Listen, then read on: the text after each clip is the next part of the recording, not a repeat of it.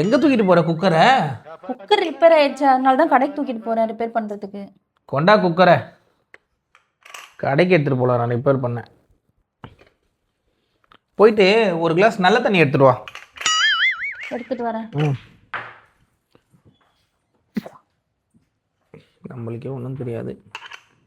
இந்தாப்பா.